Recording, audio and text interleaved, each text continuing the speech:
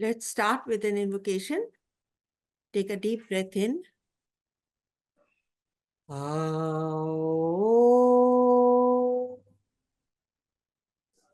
Asato ma satgamaya tamaso ma jyotirgamaya mrityorma mritam gamaya.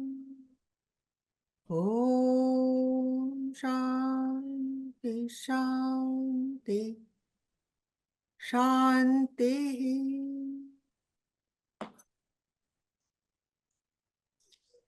Today is the 38th session of Yog Vashisht, and we are going to take up the story of Bhas. I will connect it to the rest of the narrative, so please bear with me.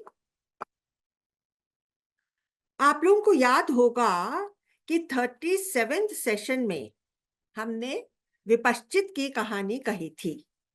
उसके अंत में हमने भास की कहानी की भूमिका बना दी थी।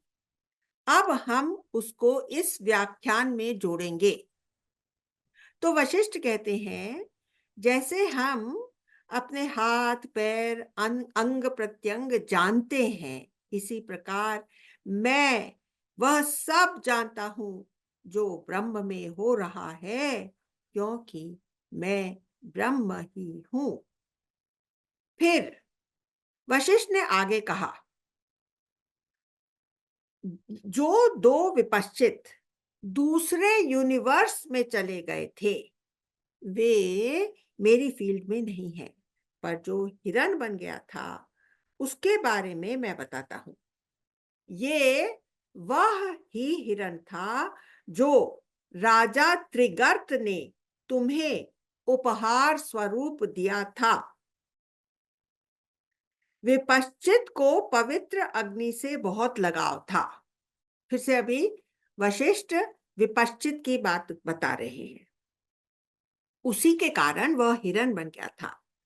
वशिष्ठ ने प्रार्थना की कि हिरण अपने पहले रूप में परिणत हो जाए।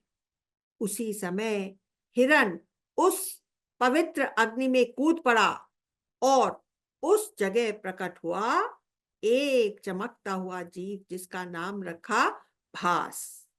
अब भास अपनी कहानी सुनाता है। मतलब वो विपश्चित ही हिरण बन गया था। फिर वशिष्ठ ने उस हिरण को कहा कि तुम अपने पुराने रूप को ग्रहण करो। तो वो उसी समय आग में कूद गया, लेकिन आग में निकलने के बाद वो विपश्चित का रूप लेकर के वहां पर प्रकट नहीं हुआ। उसकी जगह वो भास हो गया। और मैंने आप लोगों को पिछली बार भी कहा था कि ये बॉलीवुड की फिक्शन, साइंस फिक्शन की स्टोरी से बिल्कुल मैच खाता है और इसके ऊपर एक बहुत बढ़िया स्टोरी बन सकती है ना? आप लोग मानते हैं कि नहीं कि स्टोरी बन सकती है? तो ये स्टोरी मैं 6 बार पढ़ चुकी हूं, लेकिन मेरे जहन में ही अभी तक नहीं घुसी, तो मैं आप लोग को कैसे समझाऊंगी?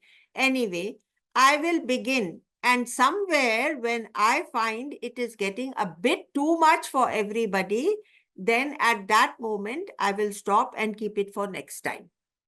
Because it is an unending story. It keeps on and on going with story inside a story inside a story, so much so that we lose the track of the first story from where it started. So the first story, where it is starting, कि वो विपश्चित हिरण बन गया और वशिष्ठ ने हिरण ने राम को कहा कि देखो, तुमको त्रिगर्त राजा ने वो हिरण दिया है।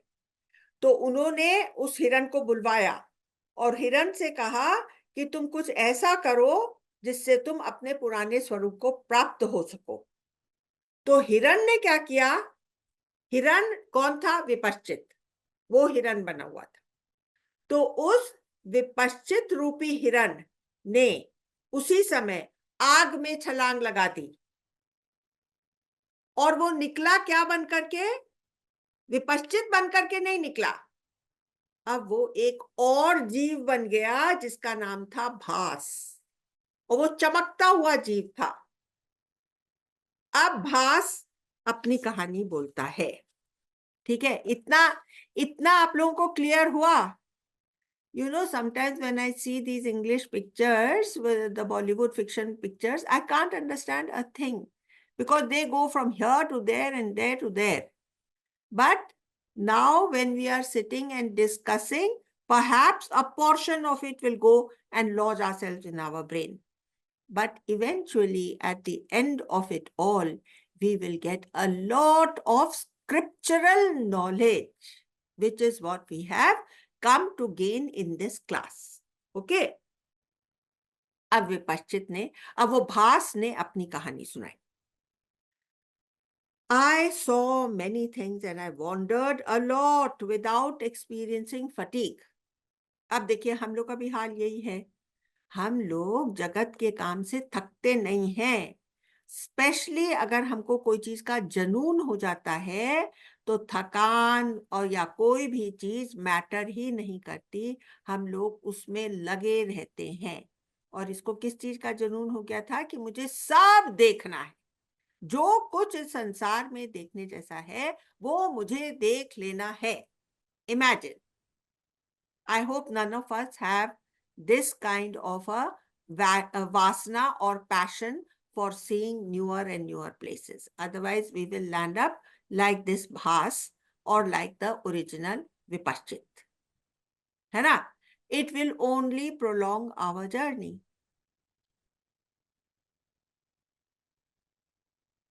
All this I remember. मेरे को याद भी है मैं कहाँ कहाँ गया था, क्या क्या मैंने देखा. I experienced many pleasures and much sorrow in many bodies over a long period of time and in distant places in this limitless space. अभी देखिए, जब हम मतलब हमको मालूम नहीं है, लेकिन हम भी लिमिटलेस स्पेसेस में ट्रैवल कर सकते हैं, क्योंकि हम इस जन्म से उस जन्म में चले जाते हैं, उस जन्म में कोई और ही योनि में हम पैदा हो जाते हैं। तो इस तरह से हम बहुत कुछ देखकर, समझकर, एक्सपीरियंस करके यहाँ तक पहुंचे हैं। I was determined to see and experience everything.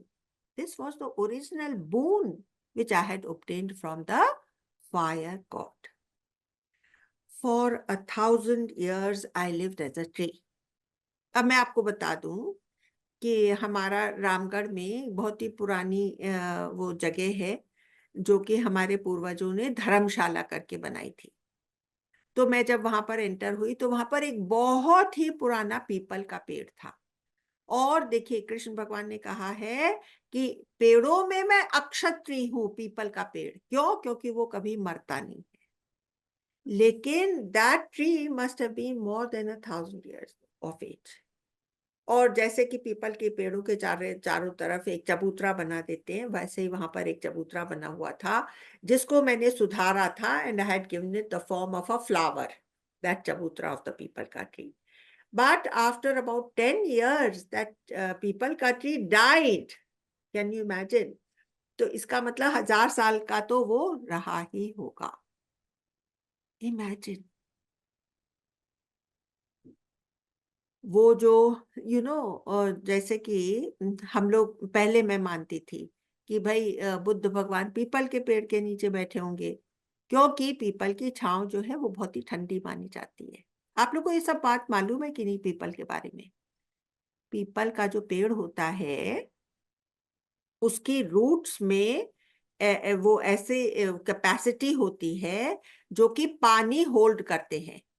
तो एक पीपल की जड़ें 500 टन्स ऑफ वाटर होल्ड करती हैं in the rhizomes of the peepal tree. I hope you all are making a little note. In the rhizomes of the people का tree, it holds 500 liters of water. इसलिए people की छांव बहुत ठंडी होती है। तो 1000 साल तक तो वो एक पेड़ बना रहा। My mind was totally centered in myself. उस समय वो खाली एक पेड़ बन करके रहता है। It had no mental activity. फिर बोलता है कि I produced flowers and fruits. ये उसका जर्नी खत्म हो गया 1000 साल में। For 100 years, I was a deer. एक और उसने पहले डियर की योनि करी थी। हम लोग में से भी कितने डियर बन चुके होंगे। For 50 years, I was a Sharabha. Sharabha एक नए तरह का जानवर, नया नहीं पुराने तरह का जानवर। An 8-footed animal more powerful than the lion. जैसे कि डायनासोर्स होते हैं तो 6 लेग के होते हैं, ये 8 लेग्स का था। एक डायनासोर कितना ताकतवर होता था मालूम है? वो अगर अपनी पूंछ यूं फ्लिक करे तो हमारी एक स्काई स्क्रेपर गिर जाए। तो you know something, we could never have coexisted with the dinosaur this thing civilization happening side by side. Dinosaur जब खत्म हुए तभी ह्यूमन बींग्स इस धरती पर पनप सके। नहीं तो हम लोग कितना भी वो करते, इन्वेंशन करते और कंस्ट्रक्शन करते और क्रिएशन करते, वो डायनासोर थम थम थम करके आता और एक फ्लिक से सबका सब उड़ा देता। हम कैसे इसके साथ डील कर सकते थे? समझ गए कि नहीं? आप लोग को इंटरेस्टिंग लग